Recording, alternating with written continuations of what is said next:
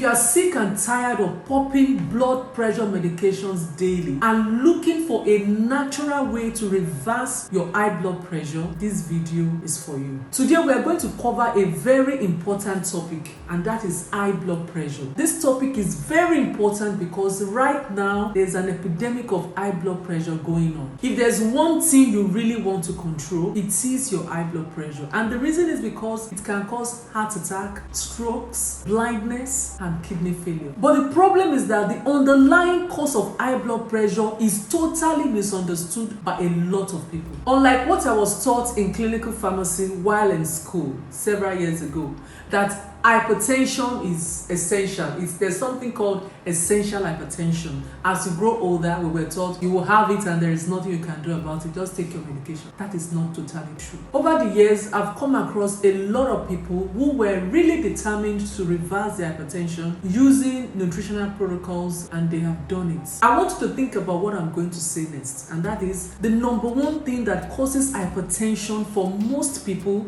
is metabolic syndrome. If you can reverse metabolic syndrome, high blood pressure will go away. Now, what is metabolic syndrome? Metabolic syndrome is a cluster of health conditions that occur together, increasing your risk of heart disease, stroke, and type 2 diabetes. Metabolic syndrome is characterized by obesity, particularly abdominal obesity, fats around the waist. Number 2, you have insulin resistance, high levels of blood sugar. In most people in this state are pre-diabetic. Number 3, you have high triglyceride levels, blood fat, high levels of blood fat. And lastly, you have low levels of HDL cholesterol, which is the good cholesterol. The truth is, not all obese or overweight people have metabolic syndrome. About 80% of the people who are overweight have metabolic syndrome. And there are people who have metabolic syndrome, but they are not overweight. So how is high blood pressure happening in people with metabolic syndrome? High blood pressure develops mainly because of insulin resistance. When you have insulin resistance, your body doesn't respond well to insulin. Insulin is a hormone that helps your body regulate blood sugar. This resistance will lead to higher levels of insulin in your blood. Now, this is where it gets very interesting. Insulin will make your blood vessels narrower. Insulin paralyzes your vessels, your arteries. And what happens? They cannot appropriately dilate, vasodilate, or widen, and this will increase your blood pressure. That is one way it does that. Additionally, as you already know, metabolic syndrome includes other factors like obesity and high levels of blood fat, triglycerides. These will also contribute to high blood pressure because they put extra strain on the heart and on the blood vessels. So if you have high blood pressure, you can't just stop at saying, oh, I'm going to take my pills and that's all I need to do. No, it doesn't work that way. There is much more to reversing high blood pressure.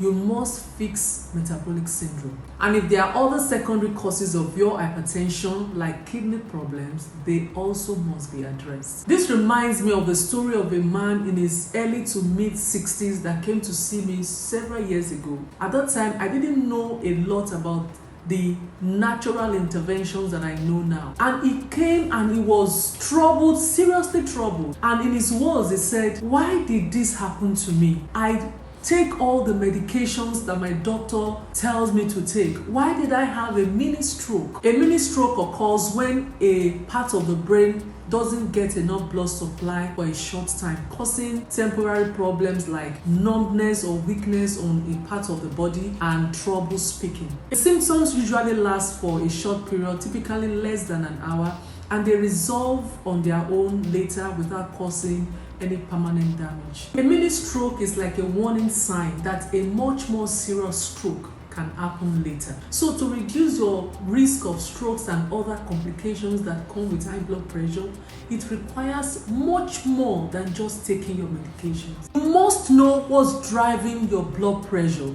You must consider blood tests like the fasting insulin. You have to do that. Number 2, your inflammatory markers like the C-reactive protein. Number 3, your triglycerides, also your HDL cholesterol, and the ratio of your triglycerides to your HDL cholesterol. These are very important tests you must know. You can reverse metabolic syndrome by taking some key steps. Number 1 is adopting a whole food, plant-based diet, nothing processed, nothing refined, and also including some raw vegetable juices protocols. The second thing you can do is intermittent fasting or time restricted eating. This helps to restore insulin sensitivity. This is one of the most powerful things you can do to help restore insulin sensitivity. With insulin sensitivity, your insulin levels begins to come down, and as your insulin levels come down, your blood pressure begins to get better as well. The third step is